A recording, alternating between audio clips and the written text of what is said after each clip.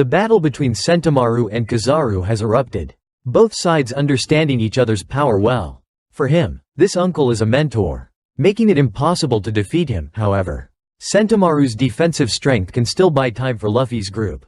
The monkey saw that his nephew remained strong as ever, and they continued to clash, shaking the surrounding area. However, the warships were still advancing non-stop.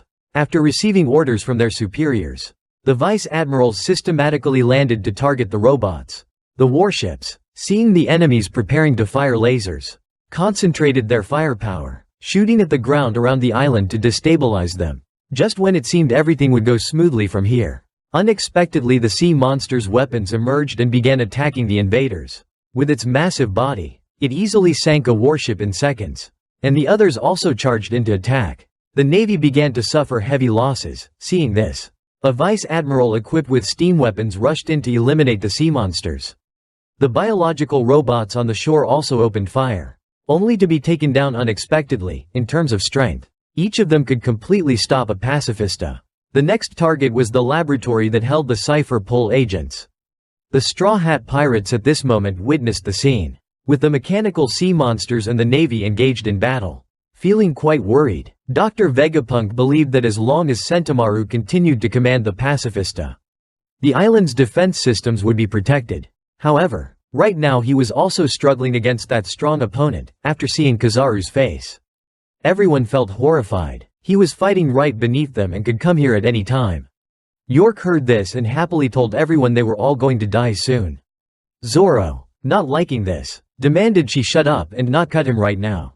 Sanji and Brook began to recall the terrible memories at Sabodi Archipelago. At that time, they were unable to fight back because the admiral's strength was too great. Below, Sentomaru was still doing his best, launching a myriad of techniques, but all of them were dodge. Dr. Vegapunk could not believe that the kid was facing Kizaru. This battle was too brutal in many ways. So he hoped for nothing. Even if he ran away right now, he couldn't be blamed. The others also advised him to keep his spirits up. What they needed to do now was decode the password. The monkey at this moment demanded his nephew surrender, but he still tried to resist, dodging to minimize damage. Kizaru continuously kept his distance and fired, and Sentomaru truly did not want this fight. So he apologized to his uncle. He had promised Luffy already. Upon hearing this, Kizaru asked since when did he side with the pirates.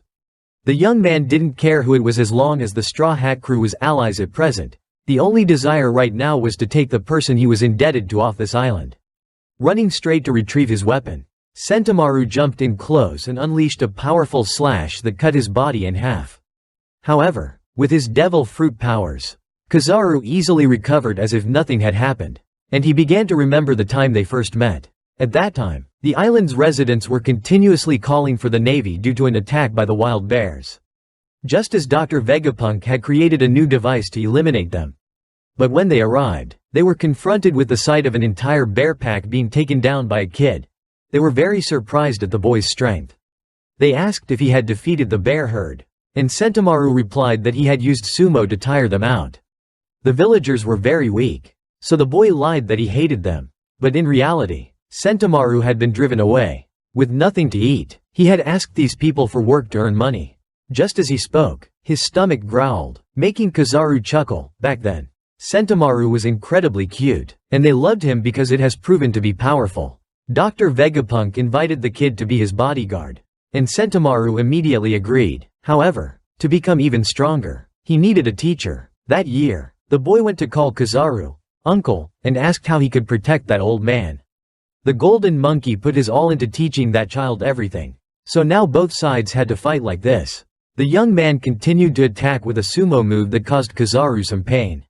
But his defensive abilities were not inferior to Sentomaru's. Thus, the admiral shot out extremely strong light energy to successfully take down his opponent. Everything in the area caught fire. After looking back at Sentomaru's body, he felt a bit heartbroken. Below was the pacifista control device, and Kizaru used it to command all the robots on the island to stop attacking the navy. Instead, they were to sink all the sea monster weapons. Receiving the new orders, they fired directly at the giant creatures attempting to attack the naval warship. Seeing this, everyone rejoiced because the landing plan had succeeded, and the battle situation was continuously reported to the five elders. He felt it was a waste to have to sink sea monster weapons. But if given a choice, the pacifista was still the top priority. Usopp at that time reported bad news to everyone, that Sentomaru had been defeated. And Vegapunk was very worried upon hearing this. Everyone did not think he was strong enough to be easily defeated by Kizaru. And Nami knew well that his personality would not show mercy and let it go. Tears began to fall on Vegapunk's face, wanting to quickly disable the defense system so that Sentomaru's efforts would not be in vain. The woman York triumphantly stated it was useless because she was also Vegapunk. Below, Kizaru was looking up. He was the light and light could completely penetrate the laser barrier.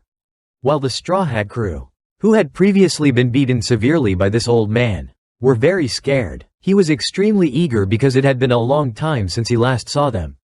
A beam of light shot straight up, piercing through all obstacles, and the ship-moving team was trying their best to run at full speed to execute the plan. Once the shield was down, they would be able to escape safely. So far, everything was going very well, and the two most relaxed people at the moment were Luffy and Bonnie, who were trying to stuff a ton of food into themselves with their bottomless stomachs. The girl thought that they should eat while they could, and Luffy said they couldn't fight with a hungry stomach, which left Frankie speechless with these two. Suddenly, the alarm sounded, making Lilith realize that there had been an intruder, and thus Kizaru successfully penetrated the shield. He remembered the important things that needed to be protected at all costs. First was the power plant. Second was York, and ideally, the good friend. However, it seemed that could not happen because the target to be eliminated was Dr. Vegapunk. Realizing that the Navy Admiral had infiltrated the dome, everyone began to panic. While Luffy's group was still outside, Usopp also tried to contact Frankie's group to know which way to avoid being targeted by a very strong enemy. The group deactivating the shield was trying their best to hurry as fast as possible. When suddenly Stussy saw Lucy in action and had to rush over. His target was the doctor, but she used her own body to shield him. Sanji, seeing this, immediately borrowed Nami's gun to trap the hostage. At the same time, he stated that that guy had abandoned him, and Zoro rushed in to attack, not letting him achieve his goal. Lucy had no choice but to turn and defend himself or he would be slashed. Our swordsman thought it was because Kizaru was an ally that he had turned on them. He also asserted that if the opponent was himself and the Navy Admiral, they would definitely be finished. Zoro was angry that he underestimated them so much. Both were very strong. But Zoro still had enough strength to push this guy outside, buying time for everyone. Both of them continued to fall down to prepare for the new battle. At the same time, Kizaru suddenly heard a strange noise. Turning to look, he discovered Vegaforce 01 was carrying the sunny ship of the Straw Hat crew away. No wonder he couldn't find their ship off the coast. The two people above were very anxious and asked the captain what to do now. But when Frankie turned around, he couldn't find Luffy anywhere. It turned out that after sensing the strong opponent, he had jumped down to intervene, greeting the Admiral lightly while looking at the young man in front of him. However, just a moment later he was struck in the face by the main character using incredible speed. The opponent thought it was indeed quite rude, but Luffy didn't care. He informed that they had become 100 times stronger compared to their encounter 2 years ago. Remembering the memory when Kuma was rescued by the Revolutionary Army from the Holy Land Mary Joie for a moment. He had just recovered when he immediately chose to leave despite everyone trying to stop him. With his Devil Fruit ability, he is heading towards Red Port, but unable to control his body. He crashes into a mountain and falls down. People in the area quickly recognize this unusual presence. They panic because Kuma has lost all humanity and become a slave of the celestial dragons. He does not stop there. He tries to climb back to the Holy Land as if searching for something. And soon, a group of soldiers is dispatched. They refer to Kuma as the invincible slave who has returned, and thus his gigantic body suffers a lot of damage from the soldiers and falls down. They continue to use chains to wrap around him to restrain him. Seeing that the celestial dragons seem quite pleased. Unfortunately, Kuma's will remains very strong and he continues to rise. He activates his Devil Fruit ability and blows away everything blocking his path. Seeing this scene, the master is very angry and calls him a shameless slave. After resting for a moment, the next opponent appears. The red dog Akainu receives news and immediately shows up to ask what Kuma is doing. First, the Revolutionary Army incident the day before. Today, things have turned out like this again. It's truly annoying. The level of destruction he has caused is unprecedented in this holy land. Seeing the presence of the fleet admiral, the soldiers breathe a sigh of relief. However, the celestial dragons dislike this and consider the soldiers useless and incapable of doing anything. By the way, they want to know what is happening right now. As yesterday they wanted to eat lobsters but received news that they were sold out. This is unprecedented. They want to know what is going on with the food supply in Mary Joieuse. They continue to order the fleet admiral to execute Kuma right after injuring him. He does not like to follow orders from those people. But he must act because if he cannot control it, it will be a big problem. Kuma still stands there panting from exhaustion. Akainu also finds it strange that someone who has lost all consciousness is acting on their own. He asks where the opponent intends to go and attacks directly. Kuma does not dodge and lets himself be hit. Blood still flows like a normal person, making the fleet admiral a bit surprised. Although he is hit, it is still not enough to stop Kuma's advance. He just rushes forward, ignoring the red dog's cries for help. Dozens of molten lava punches are thrown out but are absorbed, until he strikes his legs. He activates the ability to move his body to another place. Akainu angrily recalls the incident of Bonnie being captured on the burning island in the New World, listening to the news that the girl had escaped from the government. The fleet admiral felt a chill down their spine. But fortunately, everything had come to an end. She was extremely angry because they had turned her father into a robot, wanting everyone to pay for this. The red dog didn't care and told her to keep barking. But Kuma would never wake up. He had voluntarily become a weapon for the Navy. Bonnie did not believe it was true because her father would never abandon her. That fleeting thought made the red dog wonder where Kuma was going since he was just a puppet. There was no will or reason left. Returning to the current situation at Egghead, the Navy had controlled the situation thanks to the power of the pacifistas. The sea monster weapons were being destroyed one by one and sinking to the bottom of the sea. The battle between the Golden Monkey Kizaru and Luffy in Gear 4 was still ongoing. The Straw Hat Captain unleashed extremely fast and strong punches, but most were blocked. The old man remained extremely calm, wanting to wear down the main character's stamina first. Luffy continuously attacked with various techniques. The Golden Monkey was also a bit surprised and said, "Now I understand why he could defeat Kaido. I admit that Luffy is much stronger than before. But unfortunately, his abilities are not average." Wanting to know why pirates like the main character wanted to protect Vegapunk so much, Luffy thought that question was, "What I ask you? Why do they want to kill him?" After hearing this, Kizaru seemed to have understood the problem. The Golden Monkey countered Straw Hat's attack and said that he didn't want to kill him. The rubber-brained boy continued to punch, but this time the opponent was serious. With the power of the devil fruit, Kizaru flew high and looked down, saying that he absolutely did not want to kill that friend, because he had known Vegapunk for a long time. However, justice still had to be enforced. Immediately firing a very strong beam of light at Luffy so that he wouldn't interfere in this matter anymore. That movement was too fast for the main character to dodge and he ended up being stuck and flew straight, his body also crashing into the robot carrying the sunny ship. Kizaru successfully used one arrow to kill two birds. But in his mind, he also recalled the moment Vegapunk created the giant robot. Now it had been destroyed like this. What a pity. Frankie's group was walking when suddenly they got shot and fell from above. Luckily they were still okay. Lilith, who was sitting inside controlling it, thought he had died. Then turning around saw the robot's body showing signs of exploding. She hurried outside and told Bonnie and Frankie to run away quickly or they would all die now. Vegaforce 01 immediately caused a terrifying explosion, blowing away the remaining 3 people. Witnessing the scene before her, Lilith was also sad because this was their dream robot. But more importantly, Frankie wanted to know if the sunny ship was affected. Bonnie had also seen Luffy crash into the barrier earlier and immediately informed him. Just as she finished speaking, the Golden Monkey appeared right in front of him to greet him. They were quite angry with this old man, but he didn't care. Bonnie had grown a lot. Kids these days develop fast. Seeing her stand up, the Golden Monkey guessed she also needed to deal with something with him. The order to eliminate Vegapunk, which she hated, had been issued, but now she no longer considered it a target. Bonnie just grabbed a few things and rushed to fight to the death but failed. Kizaru simply used his devilish powers to dodge and threw her a punch that made her head slam into the barrier just like Luffy. Frankie witnessed this and was extremely angry, immediately using his ultimate move to threaten her. The Golden Monkey didn't want to stay here playing with them anymore. so he teleported to another place. Lilith seemed to know what the opponent's purpose was, so she asked her friend to call the whole team inside. In the control room, Usopp also heard the sound of the wind and asked how the situation outside was. It's such an explosion. Frankie is worried about everyone inside, so he knows they're still okay.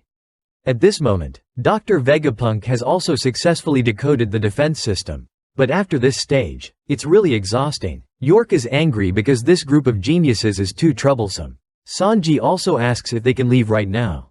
The old man smiles and replies that he has kept everyone waiting for a long time, asking them to bring the luggage from the second floor up to the ship because it is very important. Frankie outside continuously urges everyone to hurry up because there's not much time left. The old man also says that the shield can be destroyed at any moment, asking the robot friend if he has moved Vegaforce 01 and the Sunny ship to the back as planned. Just as he finishes speaking, they immediately receive a response from Golden Monkey. The appearance of this person indicates that the plan out there has failed. He also reaffirms to the group that escaping from here is impossible. Everyone sees that this person is their adversary and is extremely confused and shouts loudly. They ask him when he arrived here and where Luffy is. Brook is very worried because the people here are not a match for this old man. The old friend also asks if the recent explosion was caused by him. Kizaru confirms it was, implying that their giant robot in the dream has disappeared. However, the Golden Monkey wants them to understand that this is very difficult, and he does not want to prolong it any further. Before he could do anything, another explosion suddenly occurs, shaking the entire area. It comes from above the shield along with the widening eyes of the main character. After being hit, Luffy transforms into the Sun God Nika form. His body also hurts quite a bit after colliding with the shield. Luffy's laughter echoes through every corner, leaving the Golden Monkey confused as to how. Outside, the main character has transformed into a giant to help his teammates. The young man runs like the wind toward his opponent. Frankie and Lilith can't even tell what just flew by. The sound coming from the main character is getting closer, but then suddenly a giant hand grabs Kizaru's body. He doesn't react at all because he only feels his body lifted for a second. The puzzling thing is why that crazy person's body is so huge. But as he gets closer, he hears no sound. The friends below look up at their captain's giant size and widen their eyes. He laughs and says it's too hot. Kizaru knows he played with that crazy guy, so he is a bit worried. Luffy thanks God for still being alive. He thinks that flying through the shield twice would kill him. So the battle between Luffy and Admiral Kizaru has truly begun. The group of friends were extremely surprised after seeing the captain's giant form, blaming him for almost stepping on them. Kizaru couldn't escape and praised the main character for being truly huge, stating that he would not hand over Dr. Vegapunk to him. The Marine Admiral thought it would be better if the group left him to do his work. But Luffy refused and dragged his opponent elsewhere to fight. In this state, he could do anything, and as a result, Kizaru was thrown around everywhere by the young man. Then he used his arm to spin and throw him with extreme force, sending him flying far away. After doing so, he even turned around and laughed as if it were nothing. Brook below sighed that he finally got to see Luffy's new form with his own eyes, but then remembered that he didn't have eyes. Nami saw that he was acting crazy and punched him. The current situation was extremely urgent, so everyone had to quickly run before it was too late. While Luffy was holding off Kizaru, they had to carefully bring Robin along. There was also Stussy, but at this moment, Dr. Vegapunk suddenly saw Bonnie with Sentomaru. After being kicked into the shield, she was also having a lot of difficulty. Chopper asked where Atlas was going and learned that they needed to regain control of the pacifistas. Otherwise they could very likely destroy this place as soon as the barrier disappeared. On the island, no one had higher authority than Vegapunk, so this was a very good idea. Whoever controlled the pacifistas would win. Just as they were about to leave, Dr. Vegapunk stopped them. He knew this was very dangerous but insisted on going with them because he wanted to save Bonnie. Usopp stepped forward to stop him because he was the target, and the old man became flustered and turned to scold Frankie for letting Bonnie stay below. Knowing that the girl was still alive, his friend was quite happy and recounted that Kizaru had kicked her into the shield earlier. He himself couldn't do anything, so this time he would go to save her. Hearing this, the old man also decided to go with them and asked Edison here to turn off the barrier. Sanji also overheard the conversation. After learning that the pretty girl had been kicked away, this young man was quite angry. He said that if they wanted to save Bonnie, they should let him join. All the luggage had been collected, so the rescue team agreed to meet at the back door. Since there wasn't much time left, Dr. Vegapunk also handed over everything here to Edison. At this moment, Frankie was blaming himself, thinking that if he had been a little faster then, he could have saved Bonnie. Lilith saw this and kicked him, saying that worrying now wouldn't help. She allowed her friend to go ahead and left this place to her. Hearing this, Frankie was very touched and asked her to take care of the Sunny for him.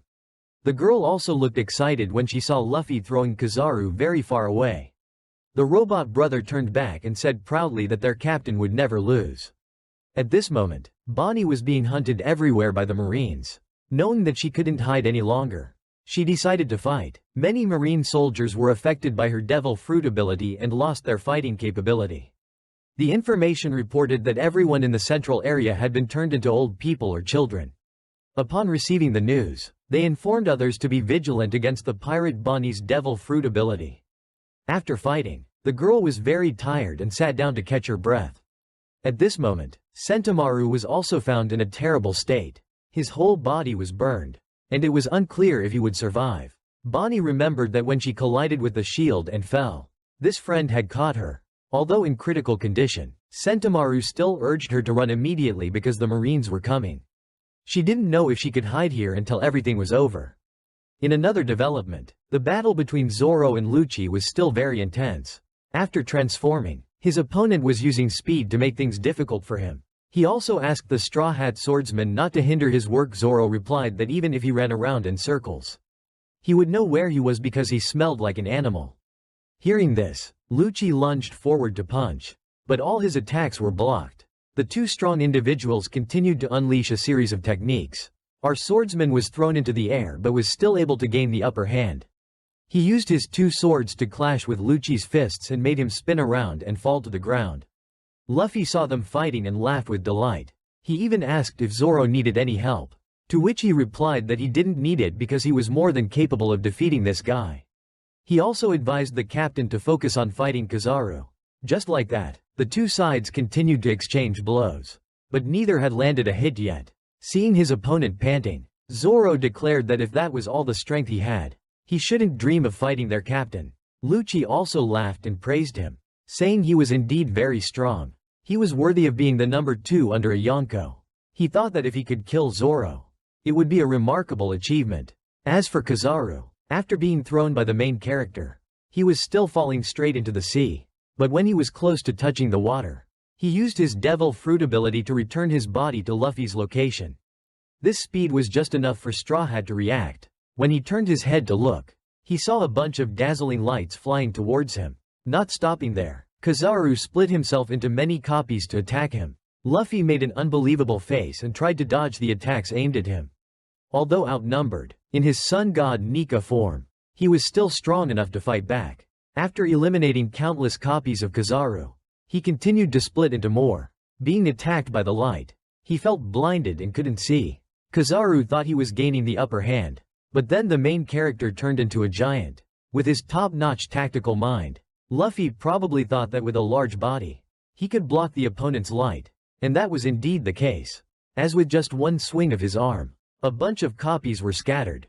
On the contrary, the Marine Admiral saw the giant target as easier to hit, so he also aimed for the head. However, before he could get close, he was blown away by Luffy's inflated mouth. The other copies had to work together to hold his body and continue chasing the Straw Hat Pirate. Luffy found it annoying and didn't know which one was his real body. After tricking the opponent into getting close, he unleashed a powerful kick that scattered all of them. The young man wondered if he had hit the real body. Then he turned around and saw Kizaru had caught his crewmates below. It turned out that Luffy was the one who had been tricked all along. Brook asked the Marine Admiral to release Usopp immediately. The old man asked them where Vegapunk was. Poor Straw Hat's sniper had his mouth covered and could only call out Luffy's name. Suddenly, there was a loud noise outside that caught everyone's attention. It turned out to be Dr. Vegapunk driving a car to rescue Bonnie. Sanji happened to be there and asked to join him. He was in a hurry and didn't want the Marine soldiers to touch Bonnie. He couldn't abandon a child like that, so he would try his best. Sanji then also tried to get inside. Kizaru knew that was the target to eliminate, so he let go of Usopp. Seeing this, Straw Hat shouted for them to stay inside the house because if they went out, they would be targeted. As soon as he finished speaking, Kizaru used light to shoot directly at the car. However, that technique was unexpectedly swallowed by Luffy. This scene shocked the others. Lilith below suddenly saw Frankie return with the others and didn't understand what was happening. His friend asked to use General Frankie to take the ship away. He himself would go with Dr. Vegapunk's group. As for the Straw Hat Pirate, after eating that light, he had some problems. The light spread throughout his body and then radiated everywhere through his eyes and mouth. Thanks to him, Dr. Vegapunk's group was able to escape outside. Edison inside had just opened the barrier but had to close it again. Below, the Marine soldiers had also discovered the target to be eliminated was walking on the clouds. This news was reported so that everyone was ready to shoot it down. Seeing this, Atlas stuck his head out and shouted, ordering the pacifistas to change targets, demanding that all Marine soldiers on the island be eliminated. This order was immediately carried out, causing the Marine side to be afraid as they became the target again.